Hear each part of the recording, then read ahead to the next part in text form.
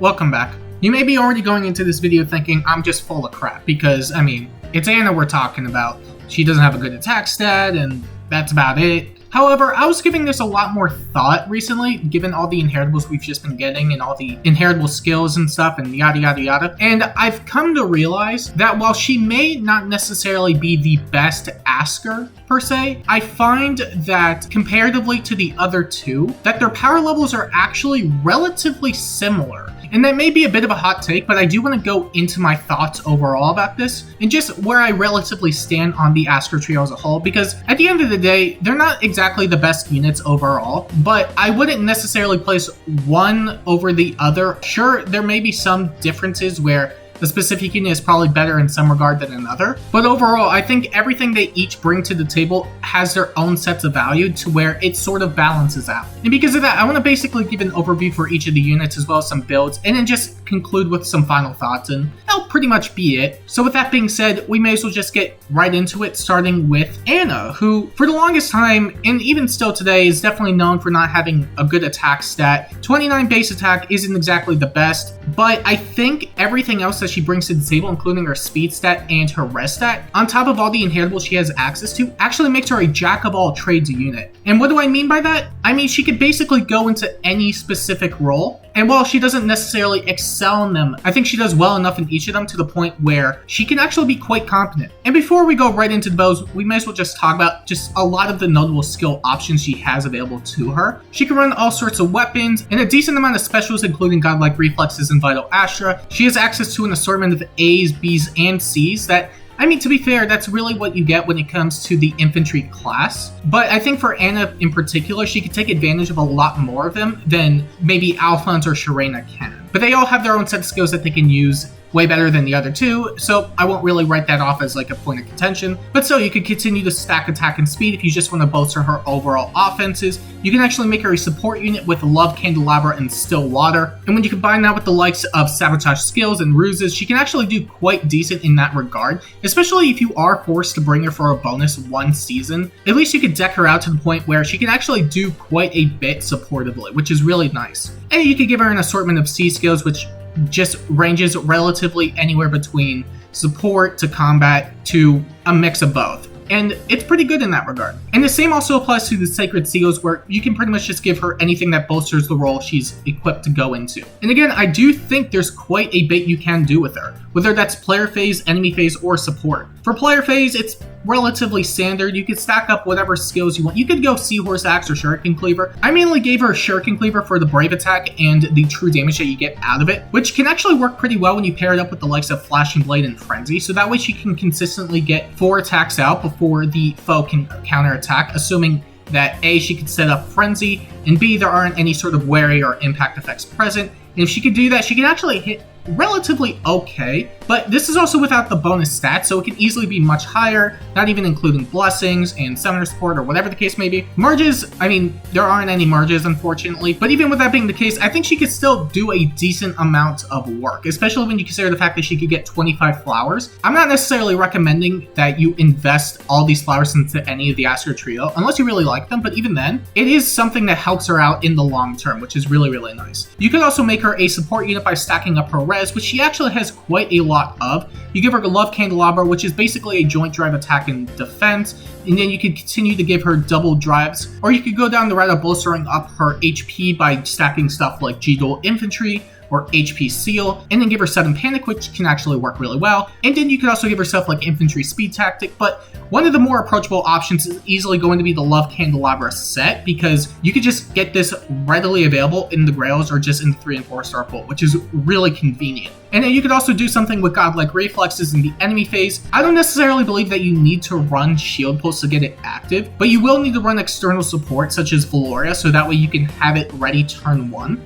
And then with Time's Pulse, you'll have all 3 cooldown ready to go. And basically, she'll just act as a pretty decent tank. Even though her defenses aren't exactly the greatest, she can still heal back quite a bit with attack speed finish, and then she can prevent any sort of snipes from the backlines with Bulwark. And while most of this may or may not seem the most impressive, I do think now with all the inheritable skills that we have access to, she's not as bad as a lot of people make her out to be. And again, she isn't exactly like the greatest unit ever, but at the same time, I don't think she's like completely unredeemable. And as a result, I do think she isn't the worst Askr trio.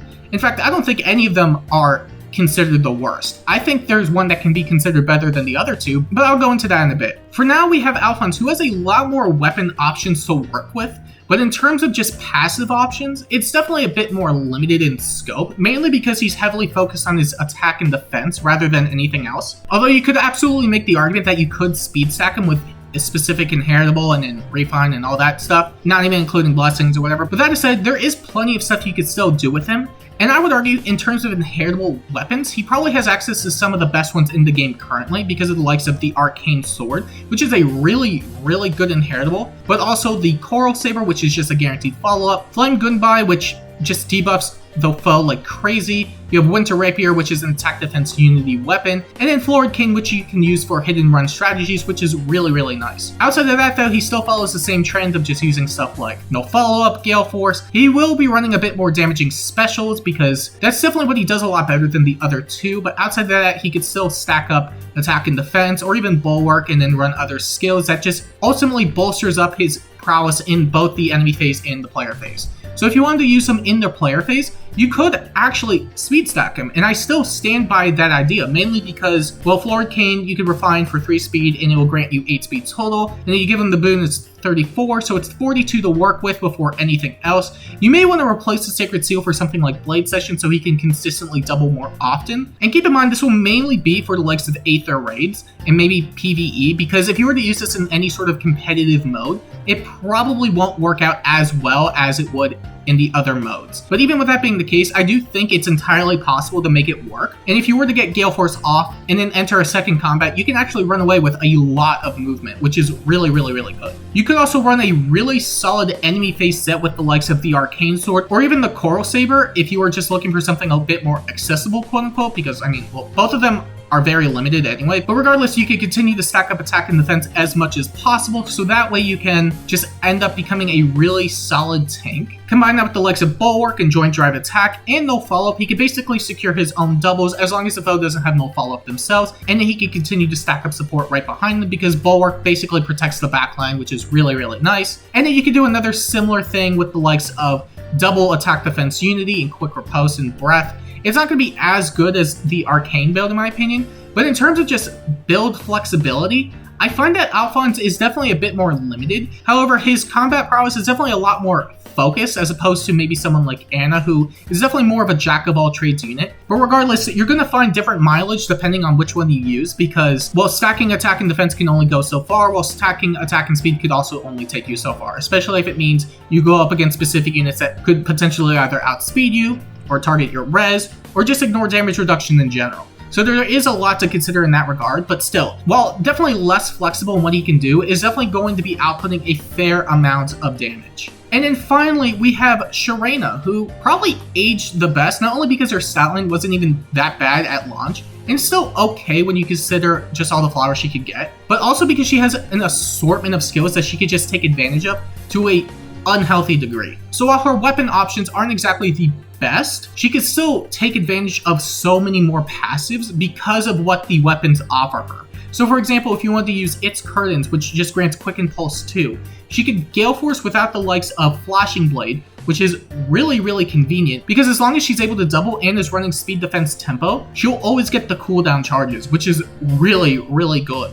And you could also do something with AoE specials, but I'll get into that in a bit. She could also still do stuff like Vital Astra and Godlike Reflexes akin to Anna, and then she could also just run an assortment of A's, B's, and C's, as well as Sacred Seals. And while Anna probably has a bit more skill options, all of these skills for Sharena in particular are heavily focused on combat, whereas Anna is definitely more mixed. And in my opinion, I would say that Sharena is probably one of the better investments when it comes to the Askr trio. However, her bar to entry is definitely going to be the highest because everything she needs to function, at least at a minimalistic level, is going to be a lot higher as opposed to Anna and Alphonse. More so Anna because she can pretty much just use anything right out of the gate because everything is pretty much accessible through Grails. But regardless, I do think that Sharena definitely has the highest ceiling of the two when it comes to combat. But let's go into those builds real quick. Like I said, if you wanted to use her for Gale Force, you can either go with a Flashing Blade set or you could go with a clash set with tempo and curtains. So that way you can always get the Gale Force off immediately, which is really, really good as long as she's able to double. And she's not going to one-shot, not with 51 attack. But even with that being the case, she should reliably be able to double. And then with the likes of tempo and curtains, again, she'll be able to secure Gale Force really easily. You can also do another thing with curtains where you make her into an AoE user. She will need a bit of external support just to get the Blazing Winds active, but because its curtain is basically quick and pulse too, she can run times pulse, just have infantry pulse support or whatever the case may be, and then she can just blast off with an AoE, which is really, really cool. It may not be as good as someone like Hatari Carlos because she just gets a lot more damage and has a lot more attack and speed, but she can still do this relatively well, and it is pretty nice. The only thing you're really going to struggle with is just looping it, because if she isn't able to get the external cooldown, then it's not going to be able to loop, and you will need to give up either her Sacred Seal or her A slot to run a Flashing Blade to secure it. And I do think you could still do that, but if you are only looking to use it once per map, then it's going to work fine with just Furies. And then in terms of enemy phase builds, you can still do the same stuff as you were able to do with Ana. With the likes of Bulwark and Attack Speed Finish, you basically are running the same thing as you were running with her. But she also has the ability to run something like Piercing Tribute, which is basically the defensive portion of Null Follow, meaning that no matter what, as long as the foe isn't faster than Sharena, she'll always be able to prevent their doubles, which is really, really good. And if you were to combine it with the likes of Vital Astra, Special Spiral, and all that stuff, she can actually also act as a decent DR tank, which is really, really nice. And overall, I do think Sharena definitely has the highest flexibility when it comes to just what she can do, but she is also the most expensive to get into, while Ana is definitely really, really easy to build and use right out of the gate. And for this reason, I do think they all have an equal amount of value. If you're a longtime player anyway, you probably aren't going to be using the Askr trio. You probably have a different bonus or just better units in general. But I do think with Ana being really, really easy to approach, Alphonse's generally decent combat prowess, and Sharena's overall flexibility, I do think they're all relatively equal in value. You can still argue that, yeah, Alphonse and Sharena are definitely better in combat, but I think in terms of just overall usage, they all have their fair share of benefits. And I really can't say one way or the other that one's simply better, but you can still make the argument anyway. This is just how I feel overall on the Askr trio, and if you were looking to at least use any of them ready out of the gate, then at least you know what you're getting yourself into. But you'll have to let me know what you think down below. Do you think this whole thing is just a bunch of copium? Do you think it's Alphonse who's the best, Sharena who's the best? Whatever the case may be, just let me know what your thoughts are down below. And if you want to see more videos like this, make sure to like and subscribe. And until next time, I'll see you later.